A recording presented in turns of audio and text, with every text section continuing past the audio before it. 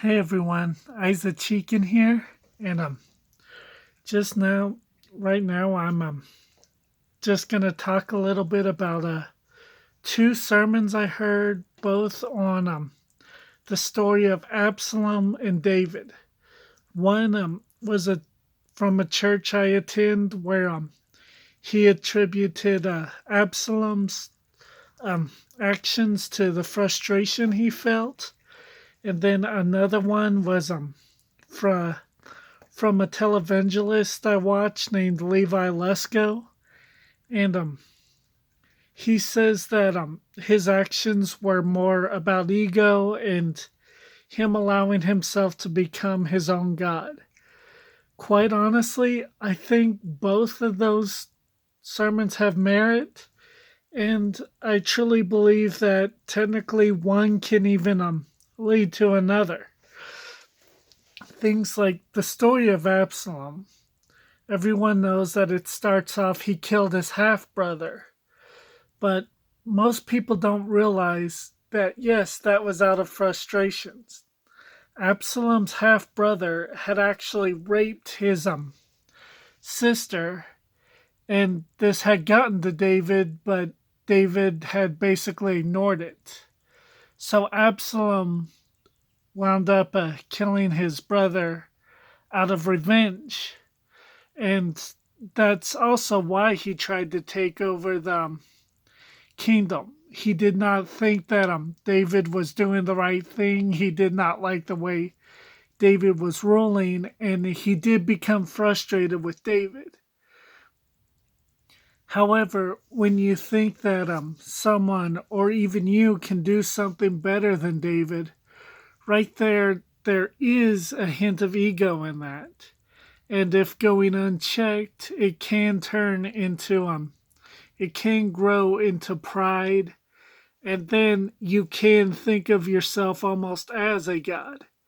We see this as when Absalom's gaining popularity, he gets his own army and things like that. Absalom builds a monument and basically names it after himself. So yes, in that way he did turn himself into an idol, and he did start to worship himself, thinking that he was God. And what was pointed out by Levi, interestingly enough, is what's funny is Absalom had actually was given the proper strategy to defeat David, and how it was perfect as well. Just he told him, David does this, you need to go here, and things, which technically was Bathsheba's father in law. So, in other words, Uriah's father. And I'm pretty sure we all know why he would want revenge on David. But, however, David had a mouse inside of Absalom's camp. And how does David's friend distract Absalom? He plays to Absalom's ego. He talks about how great he is and how he doesn't need to listen. So Absalom winds up going with the guy who spends the entire time praising him instead of actually giving him a strategy, which, interestingly enough, the person who gave him the correct strategy, when he finds out he got ignored, immediately goes out and kills himself. So once again, you see that there's an ego problem even with that person. But it is kind of interesting that this is two different sermons, because technically they could have been one put together. Because yes, it may have been rooted in frustration, but it did in fact grow to ego, which is something that I see a lot today, especially in politics. But that's a conversation for another time.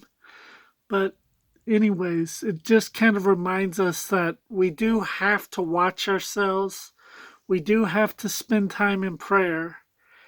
And it is very possible, even if we are frustrated, not to focus on what we want done or what we don't think is done correctly.